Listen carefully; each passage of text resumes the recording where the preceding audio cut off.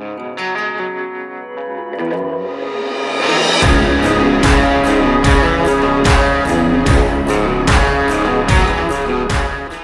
Praveen. Good to have you on. The electrification of agriculture, I'd say Monarch's leading the way. So thanks for joining us. Well, thanks for having me, Jared. It's great to be here and to talk about all the progress that we have made. Yeah, I'm going to hand it over to Gowdy in a moment for the sponsorship, but Monarch just had some pretty big news come out. I guess was that in the end of 2021 or 2022 that all the funding came through. Yeah, it was at the end of last year. Very excited to share that we're continuing to add more investors on board, and not just financial investors, but strategic investors. We have always believed that agriculture is an ecosystem. The farmer should not be tied into just one product or company. So we need a whole host of companies to come along with us. So with that in mind, super happy to announce that Case New Holland Industrial, CNH Industrial, is a part of our investment portfolio. So they actually reinvested in Monarch in our Series B. Also have Trimble join this round. Wow. And a number of other investors, totaling $60+ million, which brings our total fundraising very close to $100 million over the last couple of years. This is not the last of it, but more importantly, and the reason I'm really excited, is some of our partnerships that we're starting to announce. We have already publicly announced our electrification licensing agreement with CNH Industrial, which means you'll start to see Monarch technology in CNH electric tractors in the very near future. So these are the kind of things that really are accelerating the electrification of farming.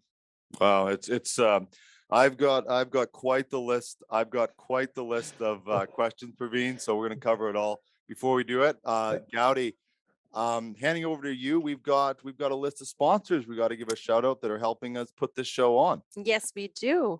And so we'll start off with Zero Knox. Zero Knox is a global leader in electric powertrain solutions, microgrids, and clean technology. They provide a platform for clean energy technology to come to market through powertrain solutions, development partnerships, and electrification kit solutions for conversions, all powered by Zero Knox. Their mission is to empower communities through sustainable innovation as they partner with some of the world's leading OEMs to solve challenges across multiple continents with cleaner and higher performing technology, empowering a clean, innovative, and higher performing future without compromise. Learn more at zeronox.com. And next up, we also have Mino Carbon. Mino works closely with customers to make biochar from their waste streams. This biochar is then used to increase agricultural yields, to improve forest productivity, or to store carbon in materials such as concrete or asphalt. Through the production and increased use of biochar, Mino's goal is to accelerate the rate at which humanity removes carbon from the atmosphere, improves the health of soil and water resources, and in the process creates the good jobs of the future. Learn more at minocarbon.com or check out their Crownsmen Agriculture interview with Mino CEO Thor Kalistad. And last but not least, we've got SolarSet. SolarSet has launched pre-assembled ground-mounted solar systems, including the innovative SolarSet Fold. Their solar systems will power your residential and commercial property, and they also ship worldwide. Talk to their team to learn if a grid tie or off-grid with battery backup solar system is right for your application. You can visit them at solarset.com for more information. Thank you very much, Gowdy. Okay, Praveen, you're the CEO and the founder of Monarch Tractor. So much to cover. I hope I can do your company justice for what you're doing and what you're accomplishing. I want to circle back just quickly to the funding. I didn't realize. So this was actually some of the 61 million that came in. That was actually company reinvesting, which is quite a nod to what you've accomplished. Exactly. A lot of our investors who invested in our Series A at the beginning of last year came back at the end of last year to reinvest. So again, that's a vote of confidence on not just our technology, but also the progress that we're making, year on year. So CNH Industrial, VST, almost every one of our early investors has reinvested last year, along with new investors who are starting to see the potential of the technology. Not just nationwide here in America, Jared, but also global. Our lead investor is Astanor. They invested because they are specifically interested in food and agriculture from a European perspective. They're starting to see some of the challenges Mhm. US farmers are facing, also being a global issue. What do you think? I mean, there's a lot that stands out, but what do you think what have you done between the first round and now to gain that confidence of investor? Because it's one thing to gain investment at the beginning when Yeah. when you have an idea and a concept and goals.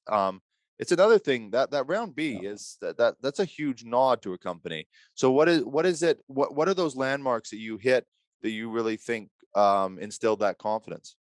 Yeah, the big difference is even though the company and the technology has been around, our first patents were filed, back in 2017 timeframe.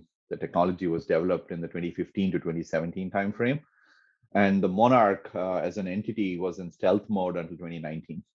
And once we first came out and showcased what an electric automated tractor looks like and should look like, that's what led to that first round of funding. But the interesting thing and the difference between the first round and the second round is basically market traction. The Mm, fact that we have hundreds of farmers, both large and small, expressing, committed interest in acquiring our tractor, not just one, two of them. A number of farmers have placed, reservations for like 5+ tractors in some cases, is a nod to, the fact that we have a product that meets the needs of the farmer. mhm. And that's what really convinced the investors to come back in and new investors to join the portfolio as well.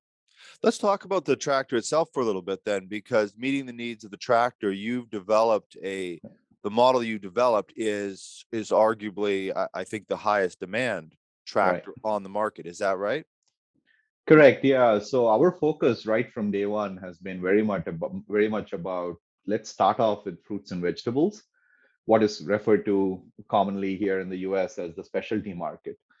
So specialty market tractors are often smaller, but globally, the platform that we have and the horsepower class that we are in is the highest by volume in Mm, terms of unit volumes.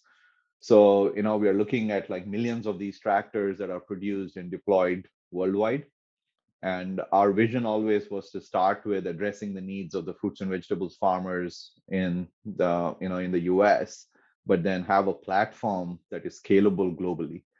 So that's why we are excited about the class that we are in. And very often we still do get feedback that, hey, this cannot do, the work that our 300 horsepower, 250 horsepower, 200 horsepower tractor does. And that's true. But again, for us, our initial focus is very much on the fruits and vegetables, where both the tractor class, but also the challenges that the fruits and vegetables farmers are facing is at a completely different scale, because they have 3 times the labor of what you see for what we call the cash crops, right? The 3 times the labor means that the pain that the farmers are facing in fruits and vegetables is an order of magnitude higher. So we are really focused on addressing those needs. So our tractor is not a $500,000 tractor, right? Our tractor is a $60,000 tractor. So, I see. So when you started, now with that decision, how did you get to that? Was it based on market research, or yeah. was it pretty clear from the very beginning? This is the model that we want to get into the market, or was it ever considered to go with the larger scale ones to start? Yeah. No, we spent a lot of time looking at the needs of the market and also looking at where the opportunities are and also looking at impact. So when we talk about sustainability impact and the needs, again, we're very close to, hearing and feeling the needs of the California farmers, who are struggling with, sustainability demands, who are struggling with labor shortages, etc. So after polling, all of the farmers here and realizing that their needs and their demands were very much aligned with what the global farmer was facing, right? Every farmer around the world has a labor challenge these days. Every farmer around the world is being asked by their buyers to provide more data on emissions and to explain their sustainability footprint, right? So these things were happening. So when we started looking at that market, we felt that the pain points were very high in the specialty fruits and vegetables market, just because of the amount of labor that they need. And also the fact that technology solutions were not being targeted towards them because it was seen as a niche market where the volumes were low, the margins were low, right? All the big Oh, equipment I see. companies, the big equipment companies, if you look at their tractor sizes, right? Even the recent announcements, the tractor sizes are very much catering towards the large farm operations, not the Right. specialty tractors. So we wanted to make a difference with the specialty tractors and then make a difference around the world. So that's why all of that research basically led us to the conclusion that if we can build a high-tech tractor that answers the demands of the fruits and vegetables farmers, Hmm.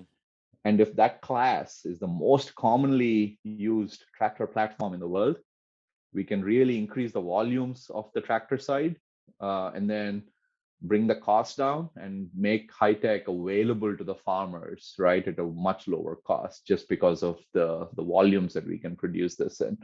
So that's always been our philosophy and mindset, and the market research backed it up, and the customers' answers also backed it up. Yeah.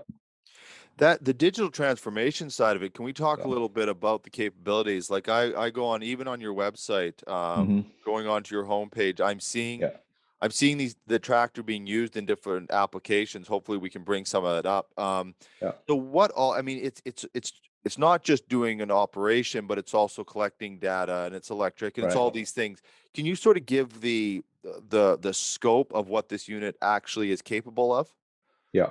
So for us, when we talk to farmers, it's a very straightforward value proposition. Number one, it's electric, which means, and it does everything your existing tractor in this class does, which means you're seeing diesel savings.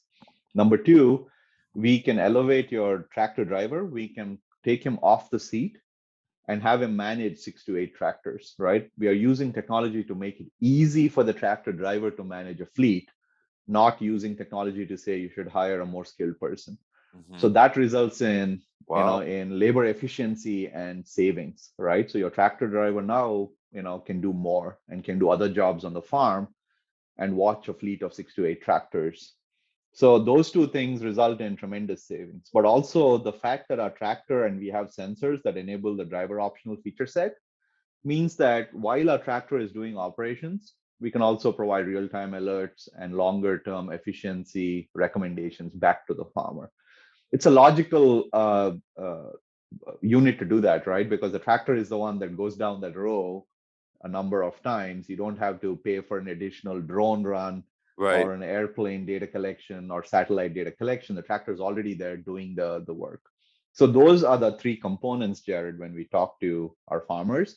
But it starts off with electric. It starts off with how can we make their existing drivers more efficient in managing fleets, and then also do the same thing that a driver does when he's on the tractor seat, which is he's keeping an eye on not just the operation that's happening behind him, but also seeing what's happening at the plant level, and then relay that back to the farm operations manager or the owner of the farm. Just going back to the beginning. So when was the first unit put out in operations? Yeah. Our first electric tractor has been out, which is what we call our alpha model, right? Was a very small electric tractor that has been in testing since 2017. And then we built our beta tractor, which showcased both, electric and automated and smart data, in 2019. And then now we have our pilot series tractor. And the as we have gone through these iterations, we have collected a lot of feedback from farmers and changed the tractor so that we are taking their feedback into account. And now we have our pilot series tractor, and now we have our next generation tractor coming out, which will be the production design and then heading out to production. Right. So we have like the longest history of electric vehicle development out in the farm, and not just here but also globally, right? Our first alpha tractor, we collected feedback in Asia to see what the Asian farmer wants. Mm. And now with our pilot series tractors, again, we're out in the field constantly working with farmers, with their drivers and their implements to get feedback on uh, not just our tractor, but also how our tractor integrates into their operations. How did you go about building a team Yeah. to put all this together, over this period of time? I mean, I'm sure, like any company, people will come and go a bit, but what's sort of that core that you're looking for people while you're trying to get to this end goal I mean, really Yeah. transforming an industry? Exactly. Yeah. And what we look for when we bring people to join our team, Jared, is the mission focus, right? And our mission focus has always been farmer first. Like, how do we provide solutions that make sense for the farmer? And the second part of that is sustainability. How do we do that in such a way that it's long-term sustainable for the health of the soil, for the health of the farmer, and the community? So those are the two areas. So when we look for people, we look for people who really feel an emotional connection to that mission of of making our food ecosystem more profitable for the farmers, number one, and more sustainable. Because without that profitability, the sustainability is not going to come. That's right. Yeah. So that's our mission focus. So to answer your question, in the early days, it was quite challenging because we were trying to hire the best talent pool, right? Who had a connection to the food ecosystem. And then we would take them away from their comfortable chairs and desks and everything else that you see in Silicon Valley Yeah. and put them Yeah. in a tent on a farm, right? And say, guys, we're going to be here for the next week, you know, And they're so that we looking around feel the going, pain. Yeah. Where?" Yeah, exactly. Yeah. So, but off late, right? And even now, a part of our recruiting process is we take all the people out to the farm. Mm, It doesn't matter whether you're in the administration side at Monarch or whether you're on the engineering side or you're on the testing side. All of these people get a chance to see the farm, see the tractor operating on the farm, and understand why what we're doing is very important. mm. So to answer your question, it is quite challenging. This is not something for every engineer, Yeah. but for the right kind of engineers who really want to make a difference, right? Like at a global scale and to change the food ecosystem, I think this is the right one. And for the right kind of engineers who want to get their feet dirty and they're not afraid of getting their laptop wet and dirty out in the mud. This Yeah. is the right kind of job. So we try very hard to find the right people. It's not easy, but we're very selective about that as well. I have seen it in work where there's types of people that they just haven't been out. Let's say they haven't been out in the field, like they've never done it in their Yeah, life. In my case, coming from the heavy industry side, yeah, more like, construction, mining sites and that sort of thing. Um, but then you see some people that just as a personality, they're so yeah, passionate and their willpower is so great. Someone that you might think would actually be able to handle it once they get out into the real yeah. world application, it's not for them. But then someone else Right. will step up they just haven't had the opportunity. Have you seen that? I Yeah. mean, you must sort of see a different side of people when you bring them out into that tent for a week out in the middle of an agriculture setting. Yeah, most definitely, right? And we have seen people that we initially thought, oh my God, this person is not going to cut it, Hmm. actually flourish and turn into some of our, rock star team members, whether it's on the sales side, whether it's on the marketing side, whether it's on the engineering side or administration side. But to answer your question, we've also seen people that we thought, will flourish in this environment, and it's just too hard. There's always an easier way to make money if that's the primary motivator, Right. especially out here in the Bay Area, right? So we're not afraid to, wish them well and Yeah. have them explore the other adventures. But I think the question that you're asking, Jared, is a great point. I think we need a new kind of mindset, and that comes from a balance in the team between the experience side and also new people who are new to this field working together. If we just have one or the other, we are not going to see the kind of accelerated innovation that we want at Monarch. And so that's what we try to find a balance of. We want people who understand farming. We want people who relate to this kind of technology on the electrification side, on some of the smart automated features, etc. But at the same time, we want people to come in with a clear mindset and say, how do I solve this farmer's problem? Right. So it's that mixture of both those people working together that's the magic. You mentioned engineers a couple times, and Yeah. I'm just curious, putting this technology together, the design of the tractor, but also the integration of technology. Is it just engineers that do Yeah. it, or how does that actually all physically come together as an end product? Like what kind of people? I mean, you must have all different. Is it just engineers, or are there other Yeah. specialists that need to come in? No, I think it takes a whole ecosystem, right? So when our product development cycle runs all the way from technology side where the engineers contribute, but all the way down to new tractor drivers, right? We bring in tractor drivers, both who have existing experience on the farm, but also new ones who are probably currently working in construction or they're working other skilled labor jobs. They are a part of our testing team. So we have a dedicated testing team. We have our own dedicated farm out here. And it's basically the whole team working together. So at the end of the day, if our technology is clever, but if the end user cannot use it, Yeah, then it's a fail. yeah, So, and we're also not afraid of putting our tractor into actual tractor drivers' hands at other farms and saying, "Hey, use this," right? And to be honest, there are a number of times when they've come back and said, "Hey, this does not work the way I want it to," or "I'm having a problem here," or "Yes, you think it should happen this way, but it doesn't." So right. we take all that feedback in. So to answer your question, it's not just the engineering side. The magic is getting that whole ecosystem working together out on the farm, right? So the engineer has to be on the farm, but also the tractor driver has to be there, and there has to be somebody enabling that conversation for us to make that technology better. Well, that kind of dovetails nicely into the integration question, Yeah. because on these farms, I mean, if they've got, I don't know, I mean, I'm not an expert in it, but let's say they've got 50 tractors, and now they're going to buy 8 from Right. you to sort of test them out in Right. their environment. How does that work when you have, one person running 8 tractors, but then you Yeah. have 40 other tractors that are being manually operated, or maybe there's a mixture of manually, and then they've got other kinds that are half Yeah. automated, all these different things that are going on. Yeah. So how do you integrate all that in? Yeah. No, definitely. And we see that as a process, Jared. So we can't expect the farmer to literally quote unquote bet the farm, right, on our Right. technology. So we see it as an integration. That's why it's important that the existing people play a role in this transition. So to answer your question, if they have 40 tractors or 50 tractors right now and they buy 8 of our tractors, it's important that their existing people can use them.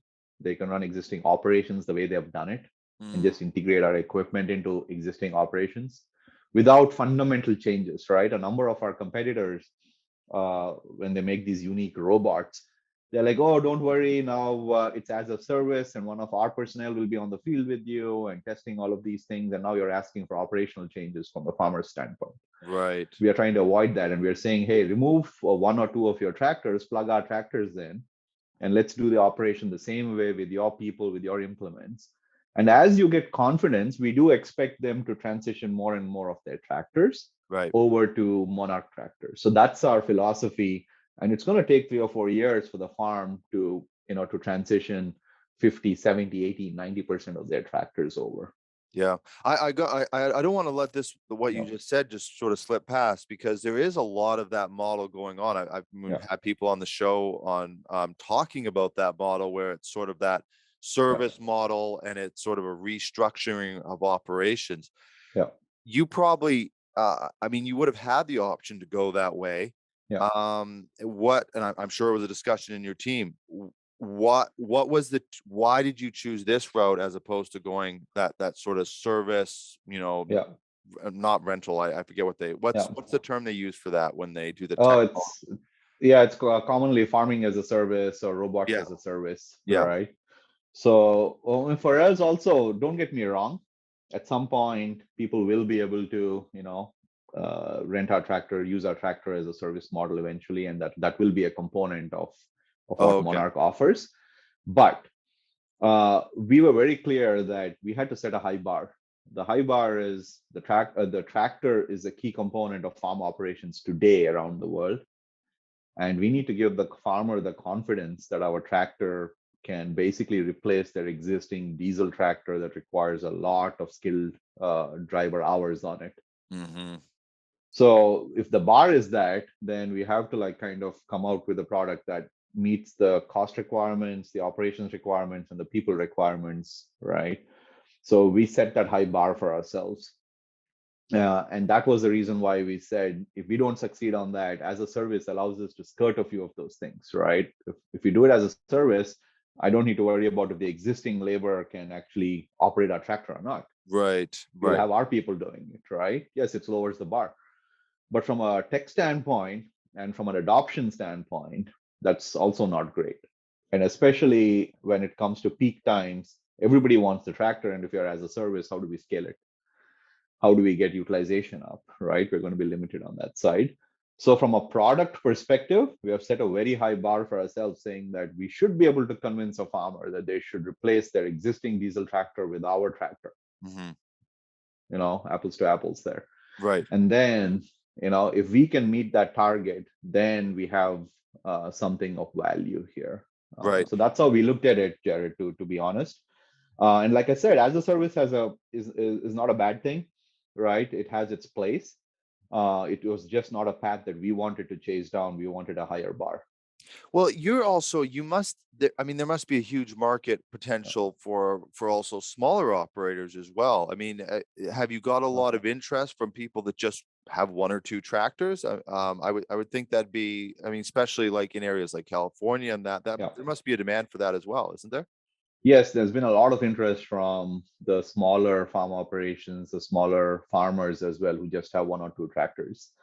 And that's again because of the size of our tractor and how easy it's to operate and the electric nature of it. But also we are hoping to transform the small farmers' operations, right? If that small farmer, might be operating the tractor for mowing, if we can kind of automate that mowing side where he programs it once and then we can do the mowing right at night in a quiet manner, Right. when the safety considerations are much more controlled, when we're giving him some time back on the mowing side, etc. Right. So those are the kind of things that the small farmers really find a lot of value in the Monarch tractor as well. Well, I was curious about this. Can you, depending on their needs, 'cause I can't imagine you can cover everything. Yeah. So can they retrofit it, or over years is the technology just going to continue to expand to offer more? How are you sort of, for lack of a better word, customizing it to their needs, like based on if they need spray or they're needing it to mow or Right. whatever their need, or collecting certain amounts of data or certain types of data? How do you sort of juggle all of that? Yeah, and that's the beauty of like having a traditional tractor interface, Jared. Like if a farmer looks at a tractor from the back, he won't be able to tell that it's an electric automated tractor apart from the roof, right? Because we have the same hydraulic connections, we have the same PTO, we have the same 3-point hitch, right? And all of those are controllable for us, from the automation side. So once you program them or once you use them, the tractor driver can jump off the thing and, we can repeat those operations just the way he wants them. So to Right. answer your question, if the farmer has customized his mower or sprayer or has a custom implement that is currently being pulled with a drawbar or a PTO shaft or run by hydraulics, we get to do all of that, right? So that's the huge advantage of keeping the tractor platform as is from an interface standpoint. Also, if they want to customize it, right, as long as the customization is on the implement side, it's very easy, right? If they want to customize the tractor, then we need to be a part of that conversation just because of the automation side. So, but we're already deploying smart features that allow us to account for any new implements that they attach, right? And still be able to maintain these operations from a safety standpoint. To answer your question, our focus initially is definitely on mowing, it's on spraying, it's on hauling, it's on weeding. Those are the 4 operations that out of the box, right, that we want to support for farmers. Right. But nothing stopping them from attaching their implement to the standard interface at the back and then running the tractor, right? Just as any other tractor. Right. I just want to quickly go back to that engineering side, because you had to design a tractor and then you had to make it electric. So, yeah. it must have been quite a process those first couple of years. Just, in manufacturing, the suspension system, the frame, like there's all these nuts and bolts that you got to design while you're designing this sort of futuristic way of doing things. Right. I mean, that day one, let's go with day one. Yeah. Is actually we're gonna start designing it. Well, I mean, how do you even start the conversation? It's a little Yeah. beyond my pay grade, and that's why I'm asking. No, but again, that's where the team comes into play. It's a very from a leadership standpoint, it's an experienced team that's done these kind of very complex Mm, uh, devices before, right? So if you look at our chief technology officer, Dr. Zachary Omohundro, right, he's done everything from electric cars to automated planters to to electric aircraft projects, etc. So the technology that we're bringing in, is experienced technology that's been right. proven in other areas, whether it's aerospace, whether it's automotive or agriculture, and we're bringing that to our product. Number one. Number two is even on the digital and autonomy side, we're bringing the latest and greatest technology. From if you think about our chief digital officer is Chris Whitney, right? He's had decades of experience in automation, decades of experience in data and connectivity. So when we say, hey, how do we make an automated tractor work where there's no connectivity and sometimes we lose even the GPS signal, especially in specialty agriculture, right? We have an experienced team that solved these problems before that we're bringing to the table. But Jared, you're absolutely right. The way we went about it was we had to reinvent the tractor from the inside out, which means Right. all the nuts and bolts had to work. At the same time, we had to make sure that the tractor did everything that existing tractor did, right? So for example, making sure that the hydraulics worked, the 3-point hitches worked, the PTO worked, at different speeds, and have it be smart and automated to where an existing driver who's not familiar with technology can use it. And Yeah. that's our goal. And that's our difference as well from the big tractor companies in how we approach the problem. Well, I was thinking, you talk about the hydraulics. I was just thinking, you could have the most amazing tractor, and if a farmer went to make an adjustment and the hydraulic system wasn't right, he could care less if the electric system was amazing. Yeah, It makes no exactly. difference to him. Right. Yeah. Yeah. How good the cameras are at that time is not gonna Yeah. give us any leeway, right? He'll still be hurling his wrench at the ground. What has been the most challenging through this whole period? Has it been design, funding, team building? When you sort of look back, I mean, it's a very bright future ahead, and I think that round B of funding is a testament to that. But looking back, what is a stretch of time that you went, Yeah. this is a challenge? Yeah. I mean, my philosophy has always been it's the next stretch that's going to be the most challenging. So we always need to be prepared for it. Right. Yeah. But honestly speaking, Jared, I mean, the ag industry and farmers are a very demanding customer, Right. right? In terms of, if you look at how ag equipment is used, just because of the nature of the industry, right? It's very time constrained. We don't have the kind of margins that other industries sometimes have. So farmers have to do a lot with very little. So then what happens on the equipment side is they make the equipment, they push the limits of what the equipment capabilities are constantly. So for us, our challenge is how do we make sure that we build a robust, reliable tractor that when we give it to a farmer will exceed his expectations Right. is the biggest challenge we have. Hmm. That has been the biggest challenge for the last year and a half, and that will continue to be a challenge going forward. But that's our goal. Our goal is not to say, hey, look at this wow technology, right? It's about saying, here's a tech that's going to make a difference to your bottom line and is going to exceed your expectations.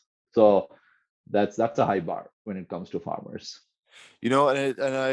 Um, and I can honestly say on this interview, and even when I first talked to you, I noticed that shift, or that approach that you had, because I mean, I come from the nuts and bolts world, and Yeah, so when I'm in a conversation, and it probably makes it in some way qualifies me to be the host, because I yeah, need it sort of brought down to a level where other people can yeah, understand, so I can understand it. And I've talked to people that they're approaching it as in, we're basically going to turn your whole world upside down. yeah, And people that are they're making a living off this, and some of the living's quite hard. I mean, Yeah. farming is notoriously a very challenging thing, and Yeah. they're not dealing with these huge margins, you Right. know. So you come in and you're gonna say, yeah, we're gonna turn your whole world upside down because we're amazing and we're smarter than you. It does not work. Like it really, and you see it all the time. Yeah. So going back to going over to your leadership, is that something, I mean, and I've talked to you only a couple times, Yeah. but I've seen your approach. Is that something you learned? Is it something you realized with Monarch, or is it something Yeah. in another part of your career where you realized you had to approach it sort of from that ground level for customers? Yeah, this was something that predated Monarch, Jared, but I've learned it the hard way from the school of hard knocks, Mm, where we have developed technology sometimes and gone out and then realized that the farmer has generational insights. If the right, farmer is still doing farming, by definition, he's successful. right, And he's successful very often because of his insights or her insights over and often gathered over generations, right? They know their land, they know their soil, they know their crop, they know their weather better than we can at this point in time and probably in the foreseeable future. And honestly speaking, I've been out there on the farm, standing there thinking, "Holy cow! I did not realize all these nuances. We have to go mhm, back to the drawing board." yeah, So that's the school of hard knocks, and I often tell people I have a lot of lashings on my back to show for this, and I don't want to get them again. So let's go right, talk to the farmers who know best. Let's give them a tool instead of telling them how to do it.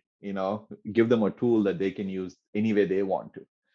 That's been our philosophy from day one. Our philosophy from day one is the farmer knows best. We need to be their partner in giving them the best tools, hmm, not in showing up on their farm and saying, "Hey, this is how you should do things," right? yeah, Because if we take that approach, guaranteed, guaranteed to fail, we are yeah, probably missing out on 80% of their insights and knowledge that right. they have, right? And I've learned it the hard way, right? I've been on those farms where I look like a complete idiot, right? Oh, I've been there. I've been there Yeah, myself. so I've been there with my little iPad in my hand, yeah. thinking I had the answer, and went, "Oh boy, Yeah. I'm gonna actually just walk around quietly for the rest." Yeah, exactly. Ask questions and Yeah, learn, yeah, right? Not tell them exactly. how things do, right? So at Monarch, our philosophy is we have to give them the best tool Mhm. and help them, right, in completing their operations. So that's always been our philosophy from day one. Just circling back to the investors, do you think that Yeah, that approach, and I'm not asking this with any assumption, it's a genuine question. yeah, Do you think that approach, um, does that do the investors value that as well, that they're seeing how you're approaching the farmers and that they see it's more of a long-term solution? Or are they basically looking at the technology, the steps that you've made and that sort of thing? Or do they sort of look at the whole thing? Do you think that yeah. that sort of that Yeah. on the ground focus is a value add for them?